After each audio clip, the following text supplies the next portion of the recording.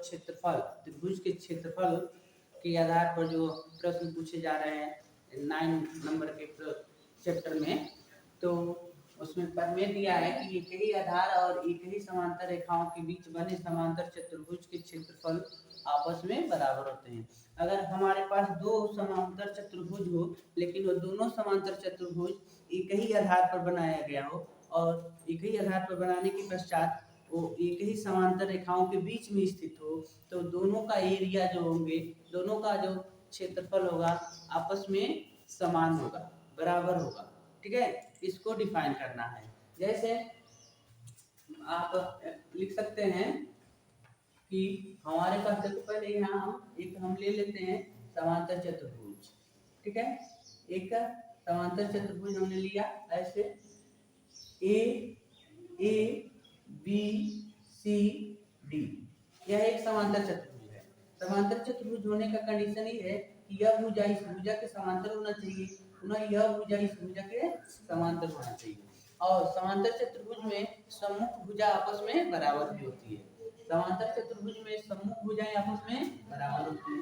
अगर सपोज करो कि अगर हम इसको कुछ आगे तक बढ़ा देते हैं, इधर बढ़ा देते हैं, पॉइंट ले लेते हैं यह, ठीक है, पॉइंट एफ ले लेते हैं, तो अगर हम एफ को सी से मिला देते हैं, एफ को सी से मिला देते हैं, तो जैसे ही हम एफ को सी से मिलाते हैं तो कुछ इस टाइप का आकृति बन जाती है।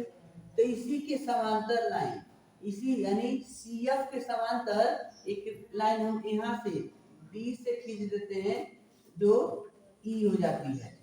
ठीक है, तो इस तरीका में हमारा दो समांतर चतुर्भुज बन जाता है। यानी देखो डी ई एफ सी भी एक समांतर चतुर्भुज बन गया। और इस केस में अब कहोगे कि ये कैसे माने, जब इस लाइन को हमने यहाँ मिलाया, पहले तो इस लाइन को हम आगे बढ़ाए तो लाइन टेढ़ा किया नहीं हमने, और यह दोनों समांतर लाइन है तो इसी को हमने आगे तक बढ़ा दिया। इसका मतलब डी सी जो है ए बी के समांतर है या ए एफ के समांतर है। ठीक है, और जब इसको हमने इससे मिलाया तो हमने कहा कि इसी के पैरेलल लाइन यह खींचिएगा, जानबूझ के आपको इसके समांतर लाइन खींचना है। तो यहाँ पर दिख रहा है तुमको दो समांतर चतुर्भुज तो दिख रहे हैं, लेकिन दोनों समांतर चतुर्भुज का आधार एक ही है, मतलब BC पर ही दोनों टिके हुए हैं। तो आप कह सकते हैं कि ABCD तथा EFCD दो समांतर चतुर्भुज है, दो समांतर चतुर्भुज है। सिद्ध करना है, सिद्ध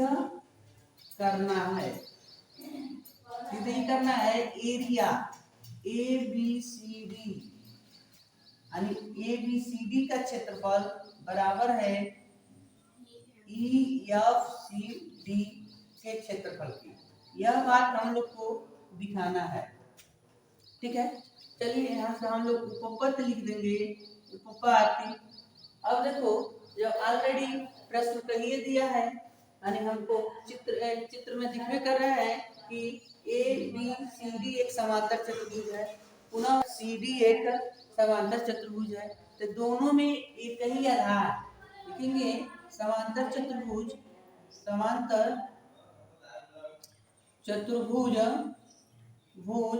ABCD तथा EFCD में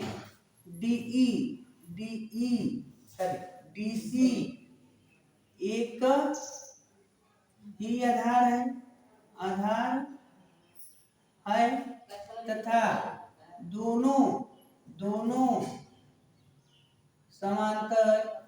समांतर चतुर्भुज DE पैरेलल या समांतर AB या AF के बीच बने हैं या स्थित है।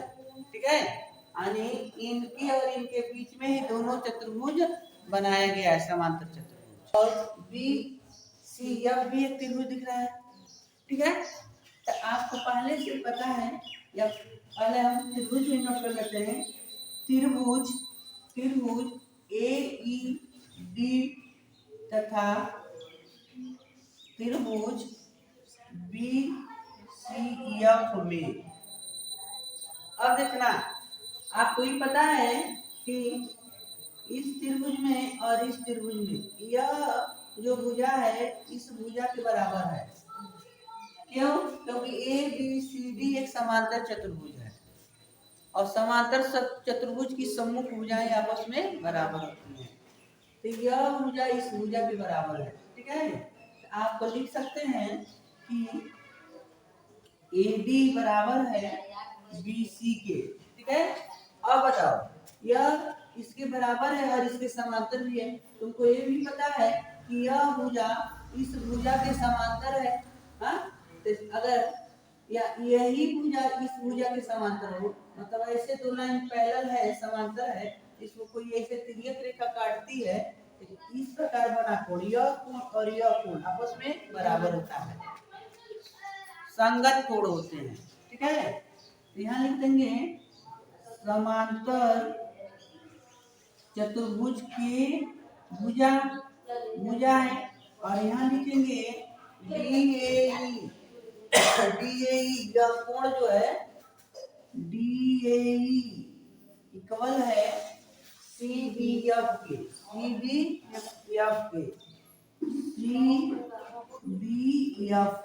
ठीक है, संगत कोण है, संगत कोण कह सकते हैं। ठीक है, उसके बाद देखो अगर इस साइड के कोण बराबर हो सकते हैं तो इधर से दूसरी पैरेलल लाइन खींचे गए हैं, तो मान लो ऐसे समांतर रेखा है, इसको ऐसे कट कर रहा है, तो यह भी तो कोण बराबर हो सकते हैं। अगर इस साइड के कोण बराबर हो सकते हैं और इधर के कोण बराबर हो सकते हैं, इधर के भी कोण बराबर हो सकते हैं। तो अभी हम इस लाइन को जब खींचा, इस रेखा को जब खींच रहे थे, तो हमने बताया कि यह एक दूसरे के समांतर है, तो यहाँ पर बना कोण भी इसके बराबर होगा और यह भुजा भी बराबर है।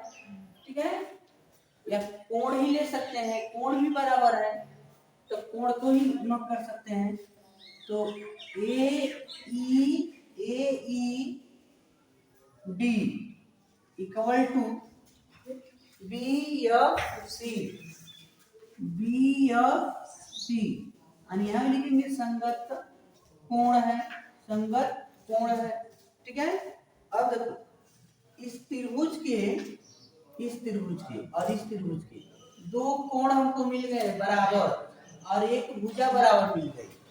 ठीक है, या अभी हम इस कोण को नहीं लिए होते तो यह भी भुजा इस भुजा के बराबर थी, भुजा दिखा दिया गया होता, लेकिन कोई बात नहीं, एक भुजा और दो कोण दिखाया गया। तो आप लिख सकते हैं तो त्रिभुज AED सर्वांग है त्रिभुज BCF के। BC यानी यह दोनों त्रिभुज लगभग में बराबर हैं, एक दूसरे के बराबर हैं। क्यों है? A से दोनों त्रिभुज लगभग बराबर हैं। ठीक है, तो दोनों त्रिभुज बराबर है तो दोनों त्रिभुज का क्षेत्रफल भी बराबर होगा। जब दोनों त्रिभुज बराबर हैं यह और यह, तो दोनों का एरिया जो होंगे वो भी बराबर होंगे। तब आप देखिए, इनको छोड़ दीजिए, इस त्रिभुज को छोड़ दीजिए, देखिए बीच में क्या बचा है। तो बीच में हमारे पास समलंब चतुर्भुज बचा हुआ है। तो हम लिखेंगे जबकि समलंब चतुर्भुज EBCD का क्षेत्रफल में क्या है, आओ आगे देखते हैं। अगर हम ये बात करें क्षेत्रफल समलंब चतुर्भुज जो है हमारा EBCD बराबर क्षेत्रफल समलंब चतुर्भुज EBCD, यानी दोनों साइड में हम एक ही नंबर लिख दिए, एक ही चतुर्भुज का नाम लिख दिए, यानी समलंब चतुर्भुज का क्षेत्रफल उसी समलंब चतुर्भुज के क्षेत्रफल के बराबर हो सकता है। अगर हम दोनों साइड इस त्रिभुज को और इस त्रिभुज को जोड़ दें तो मान में कोई परिवर्तन होगा, क्योंकि ये बराबर है ना। या आप कर सकते हैं कि इसी में इनको हम जोड़ दें, ये दोनों, या इसको चलो हटा दें, आप यहाँ इसको हटा दें। आप लिखिए, देख रहे हैं कि आप दोनों त्रिभुज सर्वांगसम है, क्या आप लिख सकते हैं। अतः दोनों त्रिभुज का क्षेत्रफल बराबर होगा, दोनों त्रिभुज का क्षेत्रफल बराबर होगा। यानी आप लिख सकते हैं एरिया क्षेत्रफल AED बराबर एरिया BCF, मतलब इसका क्षेत्रफल बराबर है। अब लिखते हैं में दोनों तरफ समलंब चतुर्भुज EBCD का क्षेत्रफल जोड़ने पर तो देखो एरिया AED प्लस एरिया क्या जोड़ने जा रहे हैं, हम यह जोड़ने जा रहे हैं, यह जो दोनों तरफ जोड़ेंगे EBCD इक्वल टू, इस साइड में यह त्रिभुज है, एरिया BCF में एरिया EBCD जोड़ दिए। अब देखो इस त्रिभुज में इसका इतना का क्षेत्रफल जोड़ दिए और इस त्रिभुज में फिर से इतने का क्षेत्रफल जोड़ दिए, मान में कोई परिवर्तन नहीं हुआ। तो जब इतना में हम इतना को शामिल करेंगे तो ABCD हो जा रहा है, तो हम इतने की जगह पर लिख देंगे एरिया का मतलब है क्षेत्रफल ABCD इक्वल टू, इधर लिखेंगे एरिया। अब देखो BCF में ABCD जोड़ेंगे तो हो जाएगा EFCD।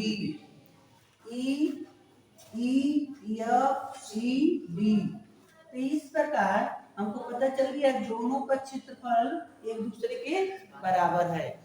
यानी आप कह सकते हैं कि एक ही आधार और एक ही समांतर रेखाओं के बीच बने समांतर चतुर्भुज का क्षेत्रफल आपस में बराबर होता है। तो इस प्रकार हमारे दिए गए प्रमेय का जो निरूपण करना था वो प्राप्त हुआ। तो ये प्रमेय का उपप्रमेय आ गया, पर किसी समांतर चतुर्भुज का क्षेत्रफल उसके आधार और उसके संगत ऊंचाई के गुणनफल के बराबर होता है। ठीक है, तो हम यह प्रमेय उपप्रमेय को याद रखेंगे। तो उपप्रमेय क्या है, तो आपको पता है कि एक आयत भी समांतर चतुर्भुज होता है और आयत का क्षेत्रफल होता है लंबाई गुणे चौड़ाई, यानी आधार गुणे ऊंचाई। ठीक है, उसी के बेस पर इसको देखा जाएगा। हम ले लेते हैं कि यहाँ पर समांतर चतुर्भुज है। ठीक है, यह एक समांतर चतुर्भुज है, मान लो ABCD एक समांतर चतुर्भुज है। यहाँ लिखेंगे ABCD एक समांतर चतुर्भुज है। ठीक है, तो ABCD एक समांतर चतुर्भुज है, तो यह भुजा इस भुजा के समांतर और बराबर भी है, यह भुजा इस भुजा के समांतर और बराबर भी है। अगर हम थोड़ा सा रचना कर दें, रचना यह है दिया और रचना करते हैं AB को, केवल AB को आगे बढ़ाया। ठीक है, तो बिंदु C से AB बढ़ाई गई भुजा AB बढ़ाई गई भुजा AB पर लंब डाला। चलो यहाँ से हम इस पर लंब डाल देते हैं, इसका नाम E देते हैं। ठीक है, पुनः यहाँ से इस पर लंब डालते हैं, इसका नाम F देते हैं। अब देखो इस प्रकार एक आयत बन गया ना, इस समांतर चतुर्भुज के लिए यह आधार है और इस आयत के लिए भी यही आधार है। दोनों के लिए बी सी आधार है ना, ठीक है। और दोनों एक ही समांतर समांतर रेखाओं के बीच बने हैं। तो हम लिखेंगे इस प्रकार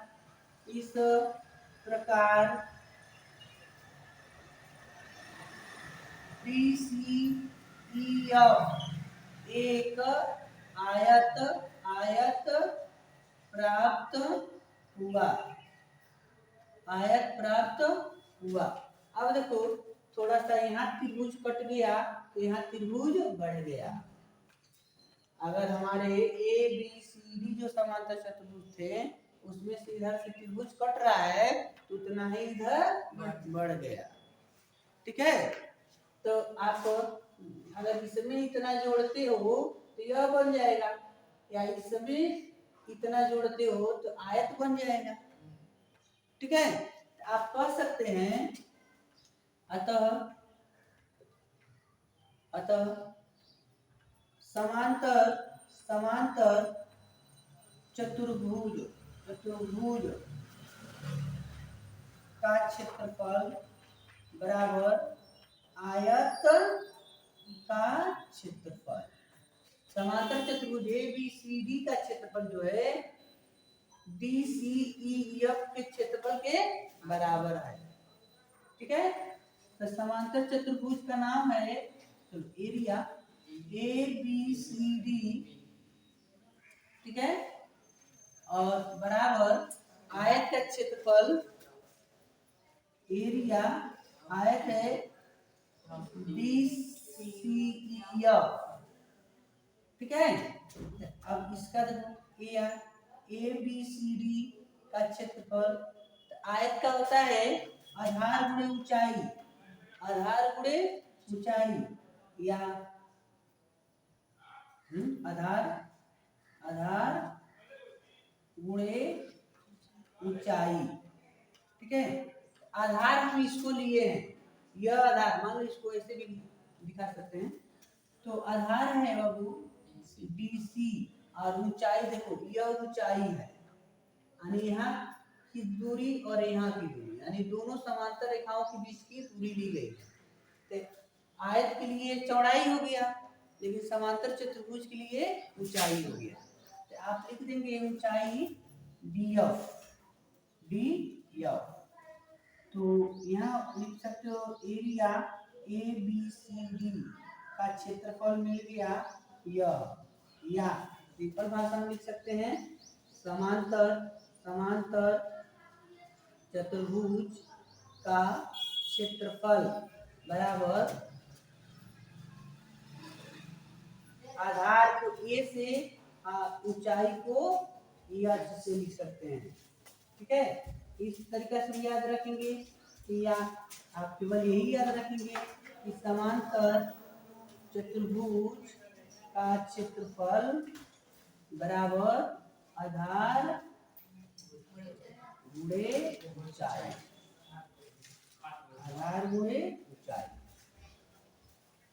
ये हो गया।